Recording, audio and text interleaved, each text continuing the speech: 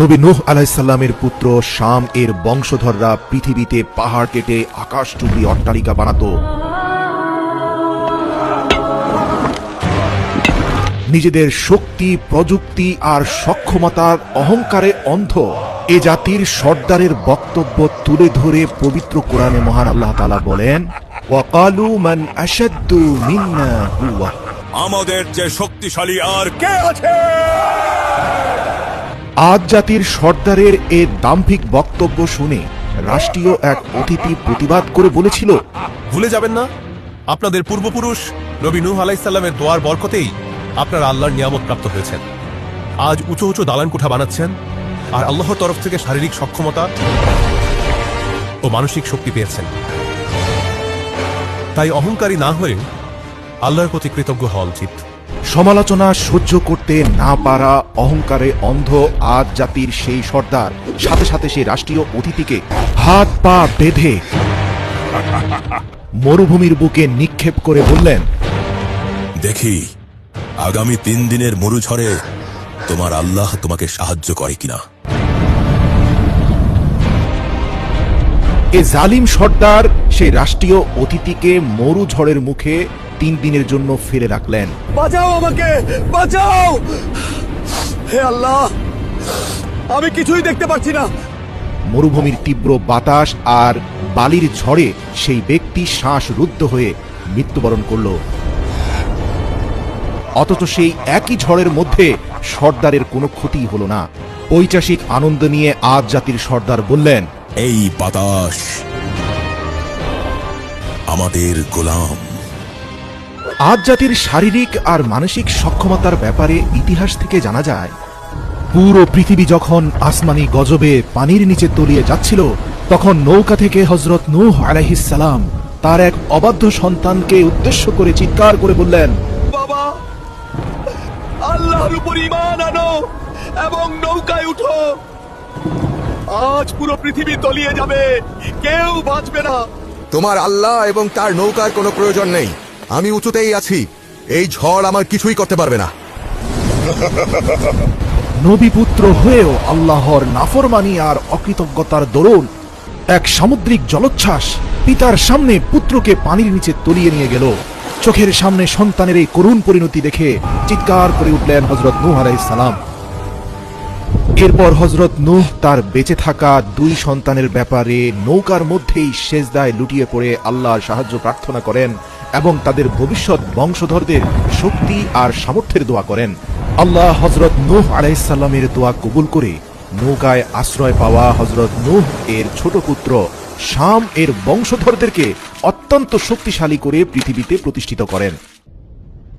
বর্তমান ইয়েমেন ও ওমানের মধ্যবর্তী আহকাফ এলাকায় বসবাসরত এই প্রবল শক্তিশালী জাতি আদ ভুলেই গিয়েছিল যে তাদের শারীরিক মানসিক সক্ষমতার উৎস আল্লাহর দয়া ও রহমত, যা নবী নূহ আলাইহিস সালামের দোয়ার বরকতে এসেছে। তাদের উপাসনা করা মিথ্যা মূর্তির দয়ায় নয়।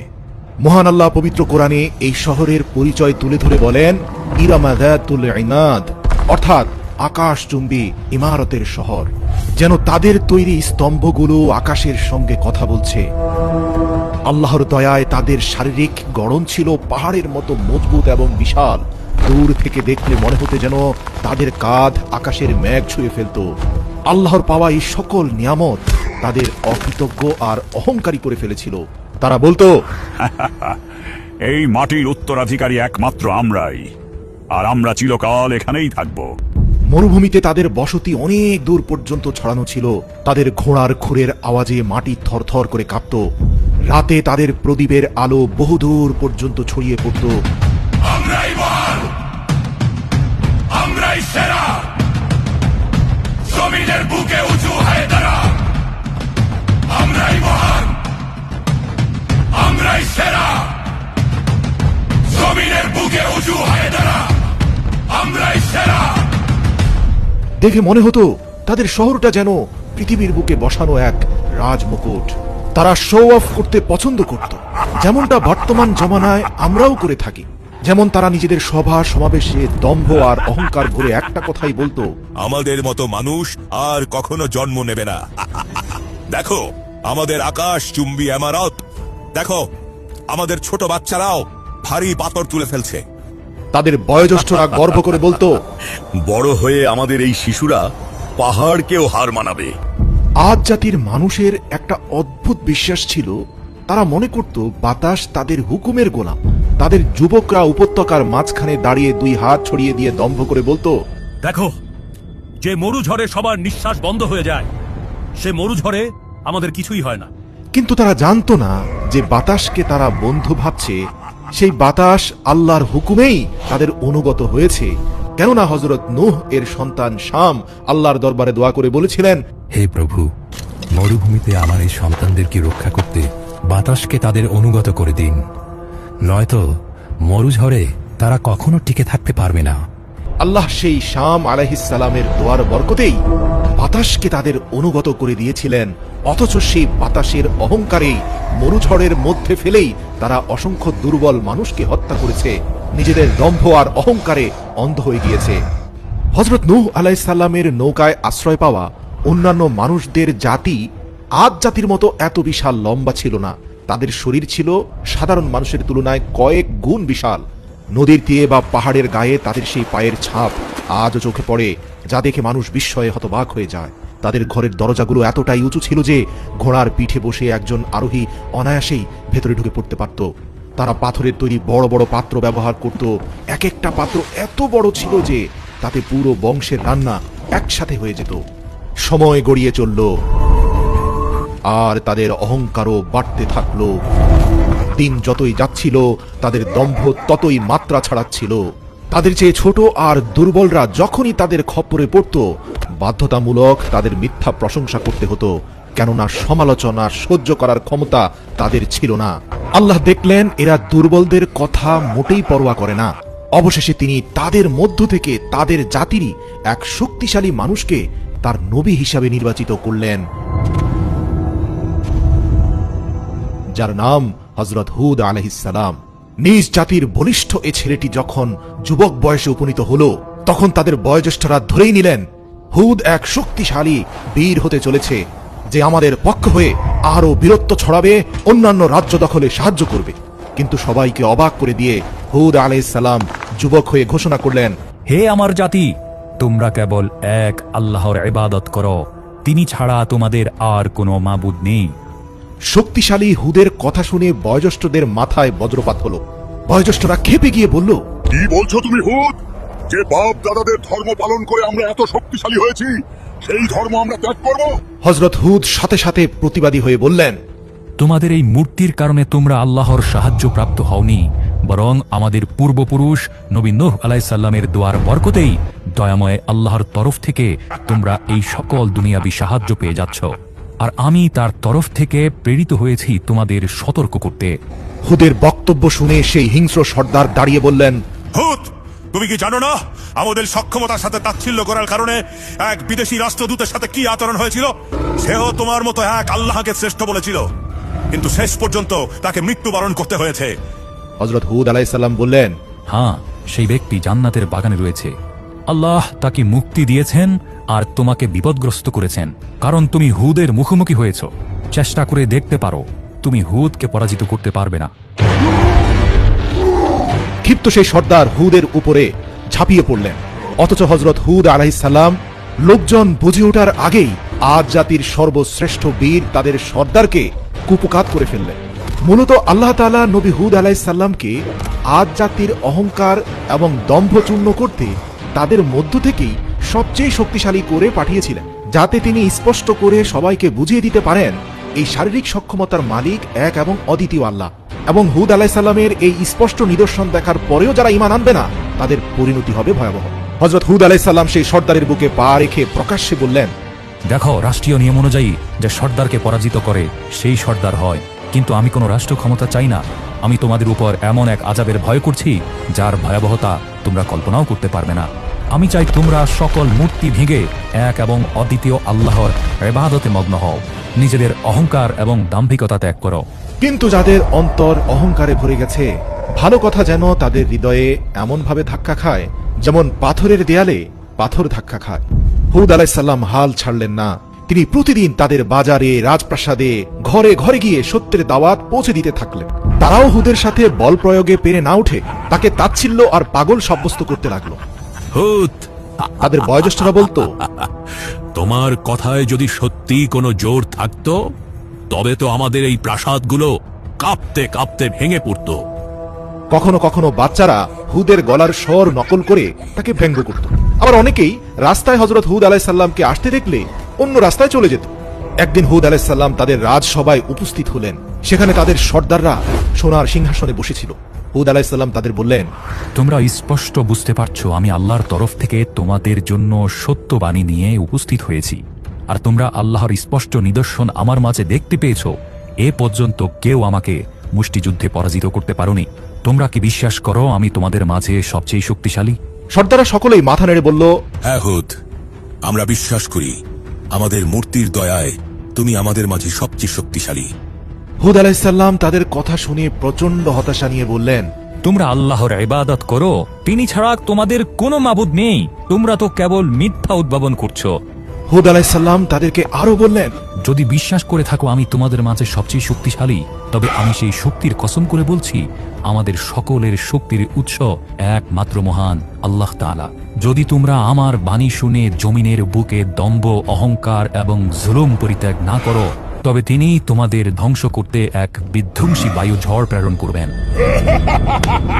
আদ জাতির সর্দার এবং বুজুর্গরা অট্টহাসি দিয়ে নবী হুদকে বলল, হুদ, যে বাতাস আমাদের অনুগত, আমাদের হাতের ইশারায় উদ্বস করে, সে বাতাস দিয়ে তুমি আমাদের ধ্বংস করার ভয় দেখাচ্ছ। যদি সে আজাব আসেও আমরা আমাদের শক্তি দিয়ে তার রুখে দেব। তাদের এই কথা শুনে মহান আল্লাহ রব্বুল আলামিন তাদের উপত্যকায় এক অদ্ভুত দৃশ্য দেখালেন। রাতের আকাশে এক গভীর ও ভুতুড়ে গুঞ্জন শোনা যেতে লাগলো। শব্দটা মেঘের গর্জনের মতো ছিল না, আবার বিদ্যুতের চমকের মতো নয়। যারা উপত্যকায় দাঁড়িয়েছিল তাদের মনে হতে লাগলো দূর থেকে কেউ যেন অশারীরভাবে তাদের ডাকছে। দু একজন ভয় পেলেও তাদের অধিকাংশ লোকেরা সেই শব্দ শুনে একে অপরকে বলল, আরে ভয়ের কিছু নেই, এ তো পাহাড়ের পাশ দিয়ে বাতাস প্রবাহের শব্দ। এ সবই আমাদের দেবতাদের রহমত। তখন হযরত হুদ আলাইহিস সালাম বললেন, এটা কোনো রহমতের ডাক নয়, এটা এক ভয়াবহ সতর্কবার্তা। দ্বিতীয় রাতে মাটি হালকা কেঁপে উঠল, কিন্তু সেই কম্পন দেখে অট্টহাসি দিয়ে আদ জাতি বলে উঠল, দেখো, মাটিও আমাদের শক্তি দেখে ভয় পায়। কিন্তু তারা জানতো না এটাই ছিল মাটির শেষ প্রতিবাদ। অবশেষে আল্লাহর চূড়ান্ত ফয়সালা চলে এলো। সবার আগে তাদের গ্রাস করলো এক ভয়াবহ খরা। পূর্ণাঙ্গ রূপে তাদের ধ্বংস করে দেওয়ার আগে শেষ সুযোগ হিসাবে তাদের জাতির উপর আল্লাহ তাআলা টানা 3 বছর আকাশ থেকে কোনো বৃষ্টি বর্ষণ করেননি। নদী নালা সব শুকিয়ে গেল, কুয়াগুলো একদম পানি শূন্য হয়ে গেল, মাটি ফেটে পাথরের মতো শক্ত হয়ে গেল। মানুষ হাহাকার নিয়ে আকাশের দিকে তাকিয়ে থাকতো কবে বৃষ্টি আসবে, কিন্তু আকাশ কোনো উত্তর দিচ্ছে না। এ যেন এক ভয়ঙ্কর নীরবতা। একদিন সেই অহংকারী সর্দারকে তৃষ্ণার্ত অবস্থায় দেখে হুদ আলাইহিস সালাম বললেন, মনে আছে মরুভূমির তৃষ্ণার্ত নিষ্পাপ মানুষদের কথা? আরে এ তো সামান্য সমস্যা, আমরা হলাম শক্তিশালী মানুষ। হযরত হুদ আলাইহিস সালাম বুঝতে পারলেন এরা ধ্বংস হওয়ার আগ পর্যন্ত ঈমান আনয়ন করবে না। মহান আল্লাহ তাআলা দ্বিতীয় বছরের মতো তাদের উপর আবারও খরা চাপিয়ে দিলেন। পিপাসায় তাদের জীব শুকিয়ে গেল। রাগে ক্ষোভে তারা খালি কলসি দেয়ালে আছড়ে ভাঙতে লাগলো। পানির অভাবে পশুরা মাটিতে লুটিয়ে পড়তে লাগলো। তারপরেও তারা ঈমান আনলো না। অহংকারী জাতি বলল, কেউ আমাদের মাথা নত করাতে পারবে না। আর তৃতীয় বছরেও যখন আবারও খরা দেখা দিল, আদের জমিন থেকে সেই হাসি, সেই অহংকার আর সেই দারাজ কণ্ঠস্বর একদম হারিয়ে গেল। যে কণ্ঠস্বর একসময় আকাশের সাথে টক্কর দেওয়ার স্পর্ধা দেখাতো, যে হাত মরুভূমিতে নিরীহ মানুষের গলা চেপে ধরত, সে হাত আজ একটু পানির আশায় ছটপট করছে। তাদের উপরে আল্লাহর চূড়ান্ত ফয়সালা হয়ে যাওয়ার পর অবশেষে মানুষ হুদ আলাইহিস সালামের কাছে এলো। তিনি তাদের দেখে আর কাঁদলেন না, শুধু এটুকু বললেন, এখন আযাবের সময় ঘনিয়ে এসেছে। তোমাদের তাৎক্ষণিক আযাব দিয়ে ধ্বংস করলে তা অন্যায় হয়ে যেত। তাই মহান আল্লাহ তোমাদের তিলে তিলে সেই কষ্টগুলো দিয়েছেন যা তোমরা যুগ যুগ ধরে দুর্বলদের উপর দিয়েছ। তারপর একদিন আকাশে 3টি মেঘ ভেসে উঠল, একটি লাল, একটি সাদা আর একটি কালো। এই 3টি মেঘ দেখে আদ জাতি আবারও পথভ্রষ্ট হয়ে বলল, তোমার আল্লাহর সাহায্যের কোনো প্রয়োজন নেই হুদ। দেখো, আমাদের দেবতাদের দয়ায় আকাশে মেঘ উঠেছে। হযরত হুদ আলাইহিস সালাম তাদের কথার কোনো জবাব দিলেন না, বরং তিনি এই স্থান ত্যাগ করার প্রস্তুতি নিচ্ছিলেন। আকাশ থেকে এক ফেরেশতা ঘোষণা করলেন, হে আদ জাতি, এই 3 মেঘের মধ্যে তোমরা যে কোনো একটি বেছে নাও। তাদের সর্দাররা হেসে বলল, কালো মেঘ, ওতেই পানি আছে, ওটাই আমাদের জন্য রহমত। কিন্তু তারা জানতো না ওই মেঘে রহমত নয়, তাদের ধ্বংস লুকিয়ে আছে। দেখতে দেখতে আকাশ কালো হয়ে গেল, বাতাস হিমশীতল হয়ে এলো। বৃষ্টি আসছে ভেবে মানুষ খুশিতে নাচতে লাগলো আর চিৎকার করে বলতে লাগলো, দেখো হুদ, বৃষ্টি এসে গেছে, অথচ তুমি আমাদের মাঝে নেই। কিন্তু ওটা পানি ছিল না, ওটা ছিল আযাবের ঝড়, যে বাতাসকে নিয়ন্ত্রণের অহংকার তারা দেখাতো। সেই তীব্র বাতাসের প্রথম ঝাপটা এলো, ধুলো বালি আর পাথর সব নিমিষেই উড়ে গেল। প্রতিটি ধাক্কায় তাদের মনে হতে লাগলো এই বাতাস যেন পৃথিবী থেকে তাদের নাম নিশানা মুছে দিচ্ছে। এরপর এলো দ্বিতীয় ঝাপটা, বড় বড় গাছ উপড়ে পড়ল, পশু পাখি সব শূন্যে উড়ে গেল। তাদের দেব দেবীর মূর্তি, তাদের এত অহংকার, তাদের সাজানো বাগান আর বিশাল শহর সবকিছু খড়কুটোর মতো বাতাসে ছড়িয়ে ছিটিয়ে যেতে লাগলো। তীব্র ঝড় সেই সন্তানকেও কেড়ে নিল, যে সন্তানকে মা বুকের ভেতর আঁকড়ে ধরে রেখেছিলেন। ঠিক যেভাবে তারা নিরীহ মানুষদেরকে দাম্ভিকতা আর অহংকার করে মরুঝড়ে হত্যা করত। তারা আর্তনাদ করে উঠল, কিন্তু ঝড়ের গর্জন তাদের আর্তনাদের চেয়ে অনেক বেশি ভয়ানক ছিল। এরপর এলো বাতাসের দ্বিতীয় ঝাপটা, মানুষজন খড়কুটোর মতো আকাশে উড়ে গেল। যেসব বিশাল আকাশচুম্বী অট্টালিকা তাদের দাম্ভিকতা আর অহংকারী করে তুলেছিল, যেই অট্টালিকা আকাশের সাথে পাল্লা দিত, সেগুলো নিমেষেই বালির ঝড়ে হারিয়ে গেল। আকাশ গর্জন করতে থাকলো, মাটি থরথর করে কাঁপতে থাকলো। মহান আল্লাহ তাদের সেই বিশাল প্রাসাদ, তাদের সব শান শৌকত, সবকিছু যে বাতাস নিয়ে অহংকার করত, সেই বাতাসের ঝাপটা দিয়েই মাটির সাথে মিশিয়ে একাকার করে দিলেন। আল্লাহ কোরআনে বলেন, আদ জাতিকে ধ্বংস করা হয়েছে এক প্রচন্ড গর্জনকারী ঝড়ের মাধ্যমে, যা তাদের উপর টানা 7 রাত ও 8 দিন ধরে বয়ে গিয়েছিল। ঝড় থামার পর চারদিকে শুধু তিন পতন নীরবতা, পড়ে রইল শুধু বালির সমুদ্র, আর তার উপর মানুষের লাশগুলো এমন ভাবে পড়েছিল যেন সব উপড়ে পড়া খেজুর গাছের ফাঁপা কাণ্ড। কিন্তু যারা হযরত হুদ আলাইহিস সালামের কথায় বিশ্বাস করেছিল এবং ঈমান এনেছিল, আল্লাহ কেবল তাদেরই রক্ষা করলেন। বিশ্বাসীদের পাহাড়ের একটি গুহায় নিরাপদে আশ্রয় দিলেন আল্লাহ। সেখানে হযরত হুদ আলাইহিস সালাম দোয়া করলেন, হে আমার রব, আপনি পরম দয়ালু, আমাদের সেই পথেই অটল রাখুন যে পথ আপনার দিকে নিয়ে যায়। হুদ আলাইহিস সালাম যখন পাহাড়ের উপর দাঁড়িয়ে সেই ধ্বংসস্তূপের দিকে তাকালেন, তখন তার দু চোখ বয়ে পানি গড়িয়ে পড়ল। এরাই ছিল সেই মানুষ যারা একদিন দম্ভ করে বলতো, আমাদের চেয়ে শক্তিশালী আর কে আছে? অথচ যে বাতাসের নিয়ন্ত্রণ তাদের হাতে ছিল, সে বাতাস দিয়ে আল্লাহ তাআলা তাদেরকে জমিনের সাথে মিশিয়ে দিয়েছেন। হুদ আলাইহিস সালাম তার অনুসারীদের উদ্দেশ্যে বলেন, মানব জীবনে তুমি অন্যদের চেয়ে যা কিছুই শ্রেষ্ঠত্ব পেয়েছ, সবই তোমার রবের দয়া ও রহমত। মনে রেখো, আল্লাহর দয়া ও রহমত পেয়ে অহংকারী হলে তার পরিণাম হল মহাবিপদ। অহংকার আল্লাহর চাদর, আর আল্লাহ তার চাদর নিয়ে টানাটানি সহ্য করেন না। আজও আহকাফের তপ্ত বাড়ির নিচে সেই শহর ইরাম চাপা পড়ে আছে, যা কালের সাক্ষী দিচ্ছে, মানুষকে স্পষ্টভাবে বলছে, এ দুনিয়ার জীবনে তুমি অন্যদের থেকে যে বাড়তি শক্তি পেয়েছ, অতিরিক্ত সম্পদ পেয়েছ, যা তোমার জীবনকে জাঁকজমক করে দিয়েছে, তা প্রদর্শন করে বেরিও না। মনে রেখো, আল্লাহ অহংকারীকে ছাড় দেন, কিন্তু ছেড়ে দেন না।